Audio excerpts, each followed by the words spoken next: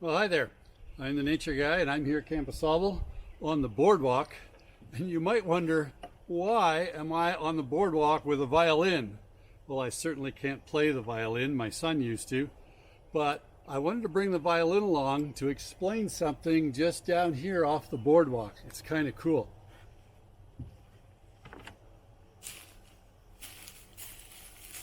So down here, growing all through the woods at Camp Asable this time of year, are young ferns that are growing up.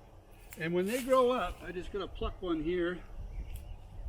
When they grow up, they are actually in a very interesting shape, and we refer to these as fiddleheads. And the reason we do that is, well, on a fiddle or a violin, you have on the very end what looks like a fiddlehead. So that's why we call these ferns fiddleheads when they're growing up. They're just a small version of a much bigger fern. These are actually the fronds beginning to uncoil. This is from the cinnamon fern, and they're very fuzzy in this stage of their life, but this is the stage where you can actually eat them. So it turns out if you collect enough of these, you can boil them, and they're quite tender. The fuzz kind of falls off a little bit when you boil them, and so it makes for a very good edible snack, like asparagus or something like that. Now you have to be careful because not all fiddleheads are edible. There are some species here that aren't. I'm going to go try to find one over here. Oh, there's one. You see this one here. I'm going to click this one. Come back and show you. This is the fiddlehead of a bracken fern, and you notice that there's three parts, 1, 2, 3. They open up into three large flat fronds, and so when you're looking through the woods at Camp Asable, you'll see that some of the ferns look kind of flat on the top. That's these guys, the bracken ferns. The ones that are big, long, flowing ones, those are the cinnamon ferns, and they're edible.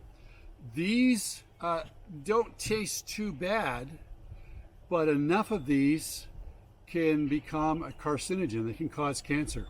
Now, if you're lost in the woods and you need to eat something, 1 or 2 meals of this isn't going to kill you, but long term, these aren't so great for you. And it is interesting when you look at it, Camp Asable, and all the deer that we have here, they never eat this stuff.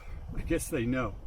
And so they avoid it, and so it's just carpeted with bracken ferns at camp once they all come up. But right now everything's small and tender, and you can eat these cinnamon ferns as well as some others, but these are the main ones here at camp that are edible.